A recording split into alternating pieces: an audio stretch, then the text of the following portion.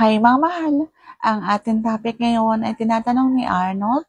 Ang tanong niya ay, pwede pa bang makipagpalakpakan ng isang lalaking wala nang iputok na gata pero matigas pa ang tingi? So yan ating pag-uusapan for today's video. Interesado ka bang malaman kung ano ang aking sagot? Please keep on watching. Pero bago yan, kung bago ka pa lang sa akin channel, please consider to like this video and subscribe my channel.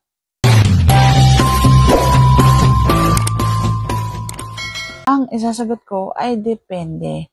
Kapag halimbawang nakarami ka na, tigil na, tama na, huminto ka na. Yan yung sinasabi ng katawan mo na tama na. Magpahinga ka na. Bukas naman ulit o kaya mamaya naman ulit. Pero kung halimbawang wala ka talagang mailabas kahit anong gawin mo, so pwede naman.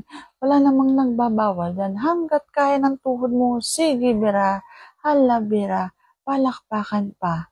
Okay? Hanggat pumapayag ang iyong asawa, sige. Walang nagpipigil sa inyo. So, sana nasagot ko ng tama ang tanong. And if you like this video, please consider to like this video and subscribe my channel. Thank you for watching. See you on my next vlog.